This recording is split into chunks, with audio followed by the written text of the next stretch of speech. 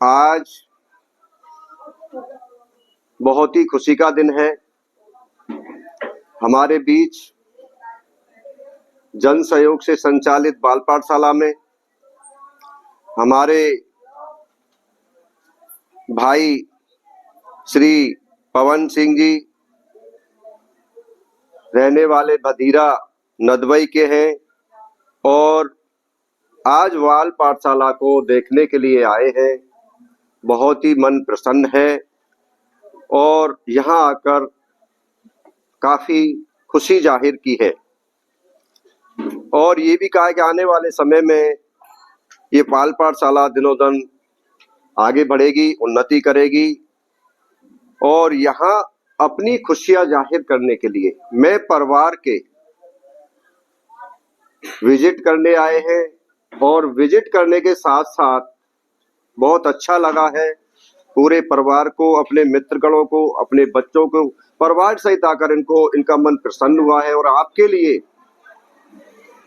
मिठाई स्वरूप आपको लाए हैं, वो वितरित की जाएगी।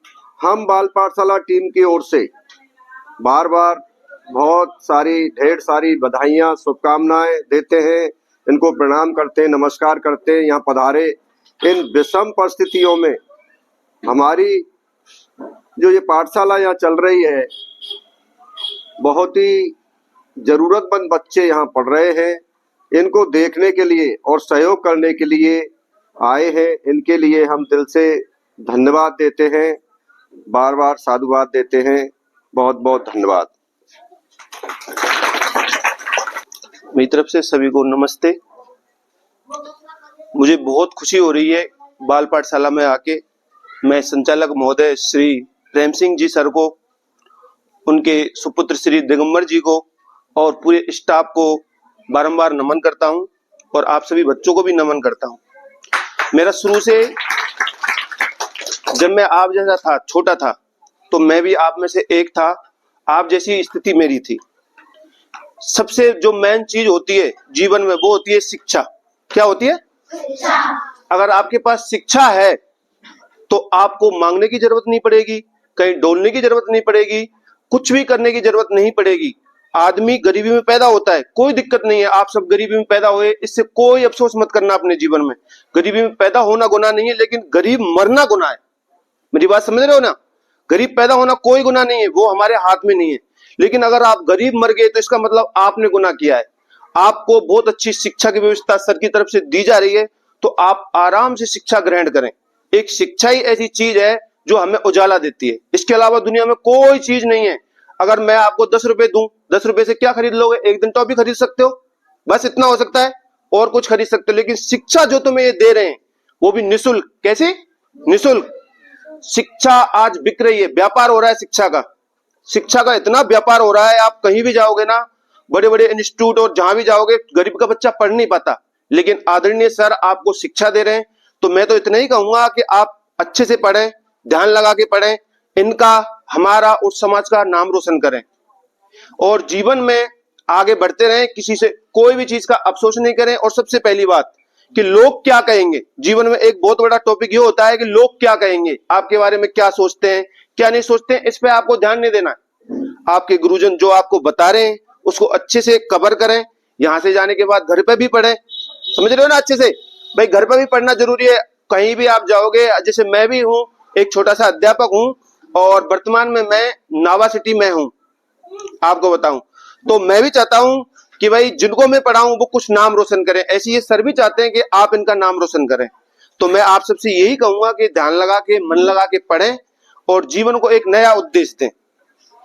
क्योंकि आप सबने देखा होगा भाई, गरीब की कोई नहीं सुनता आज की तारीख में। आज फिर भी मैं आपको बता रहा हूं, अगर आप नहीं पढ़े ना, लोग आपको भ्रमित कर देंगे। भ्रमित करना जानते हो ना? गलत रास्ते पे ले जाएंगे।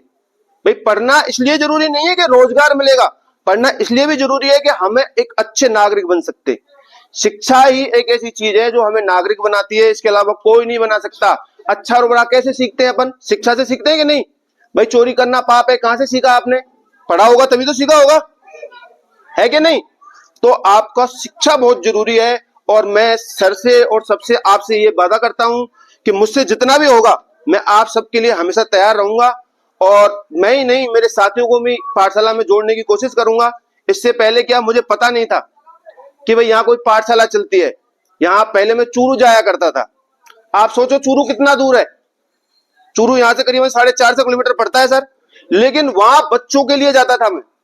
छोटे छोटे बच्चे थे वहां, गरीबों के बच्चे पढ़ते हैं वहां भी, तो मैं वहां जाया करता था। लेकिन जब एक दिन मैं सोशल मीडिया देख रहा, सर्च कर रहा, तो वहां भाई का मैंने पाठशाला देखा। मुझे बहुत अच्छा लगा कि यार हमारे भरतपुर में भी इतने अच्छे लोग हैं कि भाई गरीबों को शिक्षा दे रहे हैं। बेटा सब कुछ दे देता है मनुष्य मांगने पर, लेकिन शिक्षा कोई नहीं देता, ध्यान रखना जीवन में। तो इनका बहुत बड़ा एहसान है आप सब पे, जो इतना निःशुल्क अच्छा काम कर रहे हैं। एक छोटा सा काम मैं भी करता हूं भाई के सानिध्य में। मैं एक संस्था चलाता हूं गरीब बच्चियों के लिए, जो शादियां कराती है।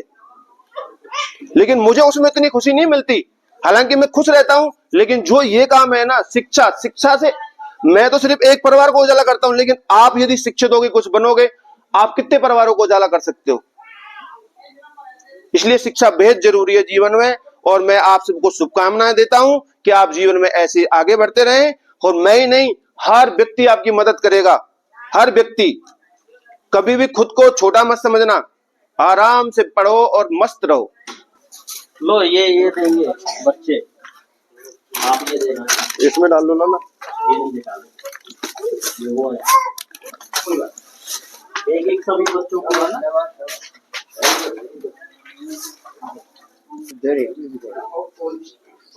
दे दो साहब, आप दो भाई साहब, दे दो।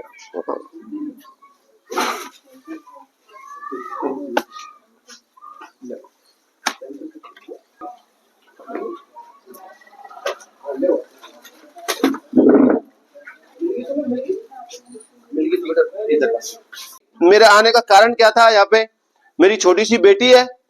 तो जब मेरी बेटी नहीं हुई थी, मैंने भाई से बोला था कि भाई अगर मुझे बेटी होती है तो मैं आपकी पाठशाला जरूर आऊंगा। और कृपा ऐसी रही कि मुझे बेटी हो गई। तो मेरा ये प्रॉमिस था कि भाई अगर बेटी हुई तो मैं आऊंगा, अगर बेटी नहीं हुई तो नहीं आऊंगा मैं। लेकिन आप सबकी वो लालसा होती है ना कि भाई पाठशाला में तो जाना ही है, तो वो लालसा जुड़ी हुई थी और आपसे मेरा मिलना तय था, इसलिए मेरा आना भी तय था। और मुझे आप सबकी कृपा से बेटी हुई और उसका जन्मदिन है, वो मनाने में आप सबके बीच आया हूं। मुझे उम्मीद है आप सब बच्ची को आशीर्वाद देंगे। जैसा कि देखो आपके सामने पवन भाई साहब हैं, सब कुछ बता दिया है। इनका दिल और मन बहुत बड़ा है। जैसे भाई साहब बता रहे थे कि शादियां करवाते हैं, तो ये भी ऐसे परिवार में जो बच्चियां, जो बहन बेटियां होती हैं ना, बिल्कुल जिनका कोई नहीं है या है, बिल्कुल कंडीशन ऐसी है कि वो शादी संपन्न नहीं करवा सकते, ऐसी फैमिलियां बहुत सारी होती हैं। तो उनके लिए जैसे अपन आप सब हम सहयोग से, सभी के सहयोग से जैसे ये पाठशाला चल रही है, उसी के हिसाब से जैसे सहयोग करके बहुत अच्छी सारा सामान देके और छोटा मोटा जैसे भी केस होता है वो देके इकट्ठा करके और बहुत अच्छी शादी संपन्न करवाते हैं भाई साहब। और बच्चों के लिए जैसे कहीं फीस की दिक्कत आ रही है, बुक्स की दिक्कत आ रही है, तो इनकी जय माता दी एक संस्था है और उसके द्वारा बहुत सारे काम ये अपने सहयोग से, सभी के सहयोग से करते रहते हैं। तो भाई साहब के लिए मेरी तरफ से भी और पूरी टीम की तरफ से बहुत बहुत धन्यवाद, साधुवाद। यहाँ पधारे, ये बहुत खुशी की बात है कि भाई साहब यहाँ आए। और सबसे बड़ी बात ये है कि भाई साहब का मैं जितनी बार धन्यवाद बोलूं वो कम रहेगा। बहुत बड़ा दिल, बहुत बड़ा मन, बहुत अच्छे हैं। हम तो यही चाहेंगे कि भाई साहब और सभी साथी यहाँ पधारें, दोबारा आएं और कुछ इन बच्चों के लिए भी बहुत अच्छा सहयोग करके जाएं। धन्यवाद। जैसा कि बच्चों अभी बताया, मन गदगद हुआ इन विषम रास्तों में चलते हुए। और देखो, अपनी खुशी जाहिर करने के लिए एक सबसे बड़ा संदेश जो गुरुजी ने दिया है कि बेटा को प्राथमिकता दी जाती है, लेकिन नहीं, ये विपरीत है कि बेटी को प्राथमिकता दी है। और उन्होंने ये मन में ठान लिया था कि बेटी होगी तो ही आऊंगा। बेटी पढ़ाओ, बेटी बचाओ, कितना बड़ा एक संदेश है। वो संदेश इन्होंने यहाँ पर सार्थक किया। आज गुड़िया का जन्मदिन है। इस खुशी में बाल पाठशाला के सारे बच्चों के लिए मिठाई का इंतजाम किया है आपके लिए। और एक बार बेटा गुड़िया के लिए सभी तालियां बजा करके सेलिब्रेट करेंगे, ऐसे नहीं, मिलकर बोलेंगे happy birthday, happy birthday to you, happy birthday to you, happy birthday to you. Thank you. वही है और किसका है? हाँ भाई ले ला।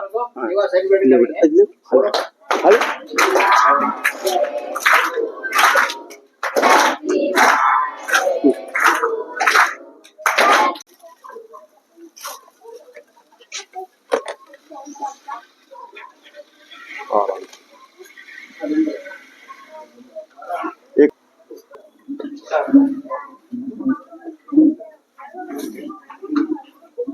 कॉफी ने उठा, कॉफी ने ला कॉफी ने भी उठा के। अब लगा लो, यहाँ तक लगा लो। ले ला पूनम ने कुर्सी सरका लगा दो। अब लगा दो इधर आ गए, ठीक।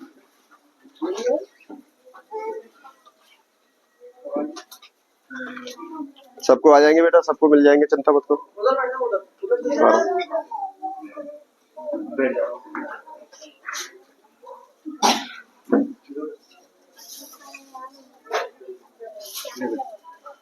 कितनी लेट है? इतनी लेट आई?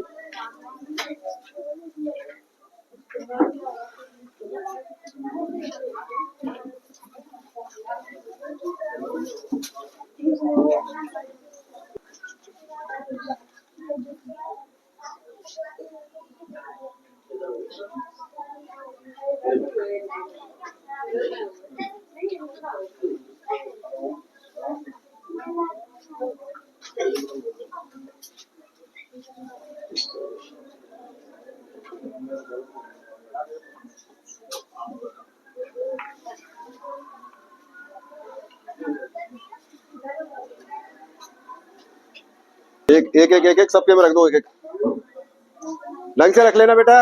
अभी इसके बाद में आप सीधे घर जाएंगे, इसको संभाल के रख लेना, ठीक है? आप भरपूर मिठाई खाओ, कल भी खाई थी और आज उससे भी ज्यादा खाओ, आराम से, ठीक है?